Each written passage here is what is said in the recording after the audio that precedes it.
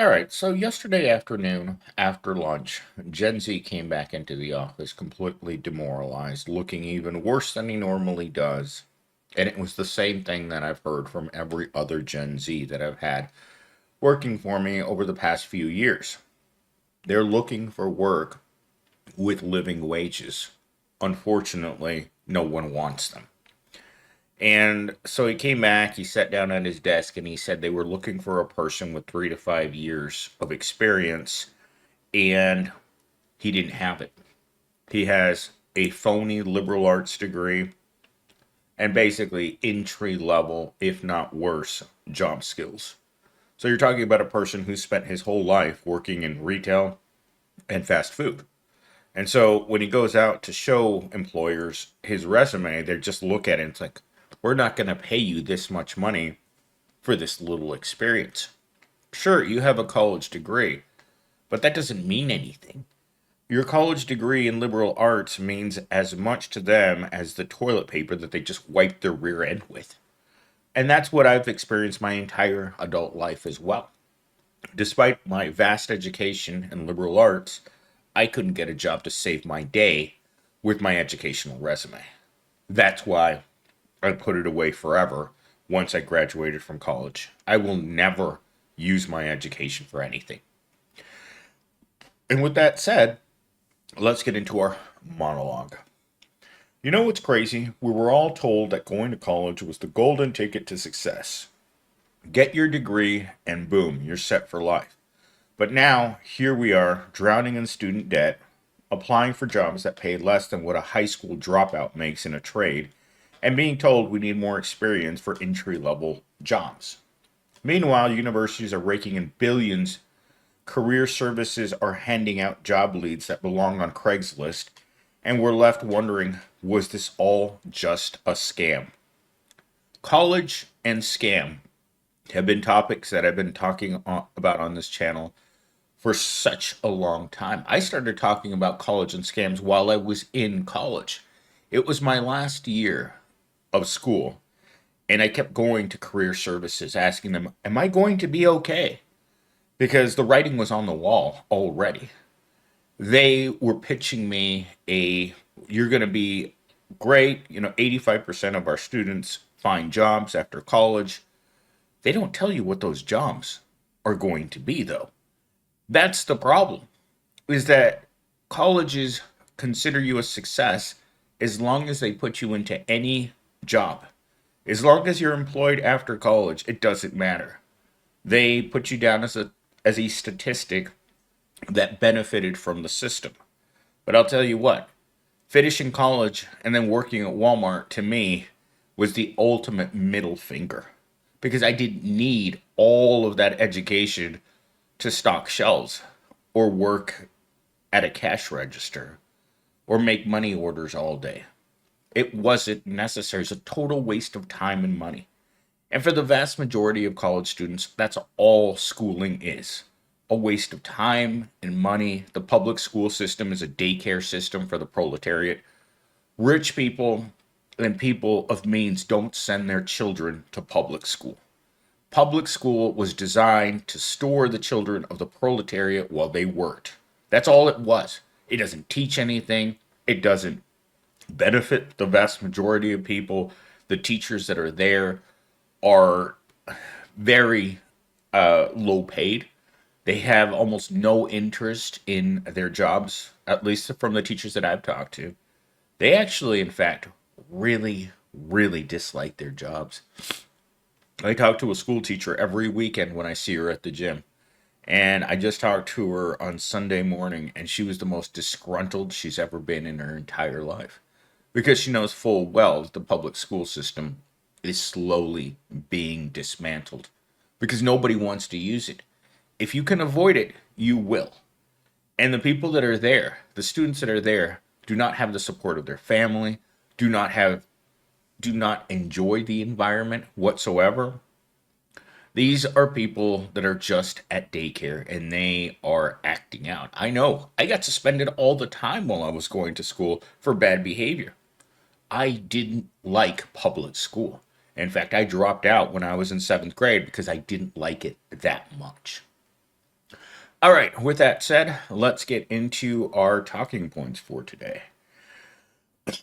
The job market doesn't care about your degree. Companies want entry level candidates with 5 years of experience, which makes no sense. I talk about this all the time. They want entry level wages with senior level workers. That's what they want. They want me in my current job. They want a person like myself who's a desperation worker with 20 plus years of experience making an unlivable wage.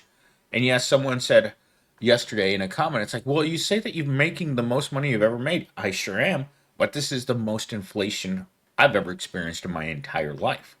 Regardless of what you're making, if you're not making 150 to $250,000 a year, you ain't making it. And you can convince yourself that you're okay making $15 an hour. But I assure you, if you're not living at home or you're not living with 10 other people, you aren't going to make it in a society where you're required to make roughly $8,000 a month to afford an entry level apartment. And you're probably thinking, oh my God, $8,000 a month? Are you crazy, millennials team? No. Just look at it from the most simple facts. Rent is $2,000 a month for an entry level place to live. You need to be making 25% of your rent in monthly salary. That's $8,000, people. You're not making $8,000 a month. You aren't making it. If you're like my Gen Zero currently, you're making $2,000 a month. Your rent's $2,000 a month. How are you supposed to live? If you're not willing to get that second or third job just to scrape by, you aren't going to make it. Gen Zero, I've seen them try just about everything under the under the sun in order to find a way of making it. And you know what making it for Gen Zero is right now? Every month he has to make that humiliating phone call. Every single month that he's been alive. And that's asking his parents for money. And this isn't an isolated incident. Every person that I knew that worked in retail, when I worked in retail, had to make that same humiliating phone call while working full time to their parents every month because they would run out of money to buy food. And what parent that doesn't love their child, or that does love their child? My parents would hang up on me if I called to ask them for money. But there are actually parents out there who care about their children and want them to have a roof over their head and some food in their stomach. And so they give them money. If that were me, I'd be out on the street. If I was making what Gen Zero is making right now, I would be on the street. And what's the point of working if you're on the street? That's another big thing for me. You know, they talk about this the lack of interest in employment these days, the lack of participation in employment, the fact that people stop looking for work, but they don't take into consideration how degrading it is to work and not be able to afford a place to live, especially if you went to college. I've sat elbow to elbow with people in the workplace my entire adult life with uneducated people, knowing full well that they were laughing at me the whole time. Oh, so you sound like a very well educated person. Why are you working here? Why are you pushing shopping carts? Why are you working in retail? Why are you making minimum wage? And what can you say at that point? When your boss walks up to you and laughs in your face, it's like, I make more money than you do, and I never went to college. That's been normal for me. That's been normalized in my entire life, is having that manager that looks at you and says to you, I didn't go to school, and my life is way better than you. I have a house, I have a family, and I have a nice car.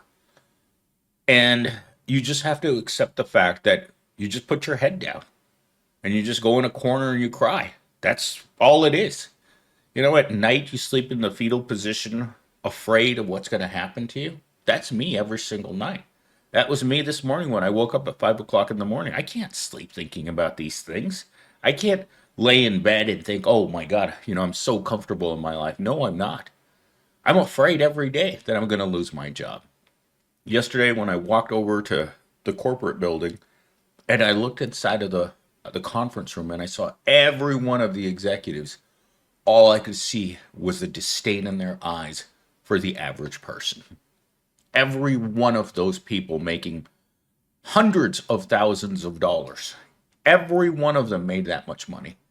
And you just kind of look at them and you're like, they don't even consider me to be human. I'm not even human to them.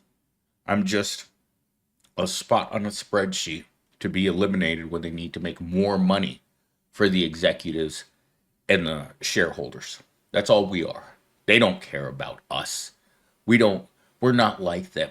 And when you can put all the people that work for you onto a spreadsheet and give them zero value, they do have zero value. They're not worth saving.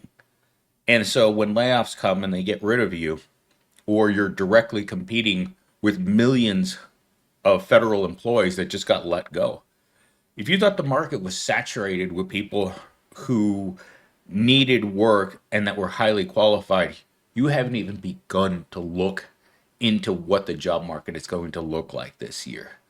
There are more and more competition for the crappiest of jobs. And these people, these federal workers, they have only two choices: take a significant pay cut to work in the public sector, or they can become homeless and lose their families. That's it. Those are the only two choices, because there aren't jobs with the kind of money that they were making. And that was intentional, is get rid of them in order to save money. And now that they're out there, these people are looking for the same jobs that you and I are. Everyone wants a job that pays a living wage. Unfortunately, jobs paying that kind of money are not accessible to people like you and me. We have to take those lower tier jobs, those desperation jobs. And I've told this to my Gen Z so many times, to all of them. You are in a desperation job right now. This job was never meant to pay your bills, to keep you fed, to keep you living indoors. This job was designed for a person that had already failed at life, failed at their career, had no job prospects, and was content with working at McDonald's for the rest of their life. Unfortunately, that college degree gives people that little bit of fire in their belly to look for something better. And when they can't find something better, it eats away at them. It makes them feel bad because now they're humiliated in front of their friends, their family, and their professors. That's how I feel every day. As I've said before, if a educated person, if a person that I went to school with were to ask me today, if I ran into them while walking down the sidewalk, I would tell them that I was still unemployed since I got out of school, rather than admit to the crap load of jobs that I've had since I got out of school, which are retail, call center, years of unemployment, not months, years of unemployment. Because if I had a way of making money without having a job, I was going to stay unemployed until I found a job that I could work that would allow me to have the basic necessities in life: a big freaking house, a fast freaking car, and a super hot wife. Yeah, that's never going to happen for a guy like me. Ever. And it's probably not going to happen for a person like you. There are tens of millions of us right now that are going to spend the rest of our life alone. Not because we have to, but because we think that we're better, especially as highly educated college people. For some reason, college gives you this aura of being better than regular work. And then when you find yourself flipping burgers at McDonald's and you think back at your education, you're like, why am I here? Because I was always meant to work there. I was always going to get a McPaycheck. I just thought that I was better than that. I thought my golden ticket was going to bypass this type of work for the rest of my life. No, I was just trying to avoid the inevitable. Just like Gen Z is trying to come to terms with why he can't get out of working in fast food. In fact, he's told me this several times. It's like, if I leave here, I'm going to go back to working at McDonald's. And I said, you sure are. And you're going to spend the rest of your life working at McDonald's. And every time I say that to him, he just looks at me like, no, I can't accept that. You know what he has to accept? He's got to move back in with his parents. A decision that keeps coming up over and over and over again, because he knows the kinds of jobs that he can get pay $15 to $18 an hour. He knows what that means. He knows that he can't become an adult. You can't become an adult until you can buy a house. Otherwise, you're going to stay a child for the rest of your life. And it's okay to pay children paychecks. It's okay to offer these 30-year-olds the Happy Meal toy at McDonald's as the reward for a hard day of work, because they're children. In the minds of the executives and in the minds of the rich, all of the proletariat are children. You know why? Because they're not good with money. You know why they're not good with money? Because they don't have any money. And it's intentional. All right, so let's move on to talking point number 2. Off on a huge tangent there. They inflate job placement stats by counting any job as a success, even if it's retail or a temp gig. Career services are a complete joke. And they happen. While I was at ASU, when you would go onto the school, excuse me, the school website, it's called Handshake, right? This is the program that they used. And you'd look what jobs were available out there for recent college grads. They were all entry-level sales positions, mainly in the large insurance companies that surround the school. It was hilarious to think that they were just waiting for the college mill, to pump out some more idiots and then send them to work in entry-level sales. A job that anyone could do as long as you could read. But that was it. That was them helping you out to find a job after school. In fact, I know this because one of my friends, my friend Brooke, after we got out of college, she looked and looked for a better job, and she had no work experience whatsoever. She's incredibly intelligent. She had a full ride scholarship. She graduated with 1 degree less than I did. That's why I ended up staying an extra year to finish up my literature degree. And the only job that she could get was sales. And she didn't like doing that job. Since then, I'm not sure exactly what's happened to her. I remember that she bought a house. I remember her, like a year after college, she ended up buying a house with that sales job. So maybe working in sales worked out for her. But from what I can tell, at least at my Evil Corp, the salespeople come in and out, in and out. Salespeople have probably one of the least amount of job security of any field that's out there. Because sales is about sales. You could have a good month, you can have a bad month, but if you don't make your quotas, you're out. And this is, again, my Evil Corp. The salespeople will do anything to sell you whatever garbage they have. And if they're not pushing on you, like yesterday, I actually got a call from one of these salespeople. And even though he didn't need me for anything other than to help him basically to get back into his computer, which is not my job. But sometimes just because I'm bored, I'll take one of these calls and be like, okay, let's get you back inside your computer. But the whole time, it was the phony laughter. It was the insincere small talk. Everything about the interaction with the salesperson was phony as a $2 bill. And I kept thinking to myself, he has to talk this way because he's got to spend his entire day talking potential customers into a bad situation. So his whole life has been spent doing this, right? The interactions with the used car salesman that just doesn't care whether or not you get anything out of it. In fact, I remember after my parents bought a car one time and we went back and we We looked at the salesperson that sold us a lemon and he just looked at us like suckers. He made commission on the sale and you got a lemon. That's pretty much what we can say about all of education. They make the sale, you get the lemon, and you've got to spend the rest of your life paying for that lemon. All right, toxic positivity. Sometimes things just suck, and pretending otherwise doesn't help. It just protects the people benefiting from your suffering. Salespeople. This is what ChatGPT put into this answer when I asked it about toxic positivity over this particular script.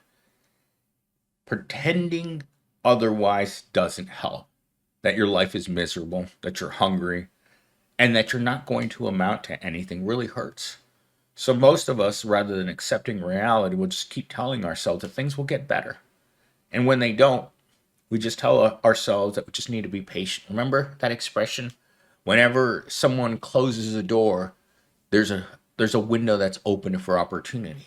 And I just look at those people that say things like that and I'm like, you really, really accepted the fact that things can be this miserable for you and you're just going to pretend that everything's okay.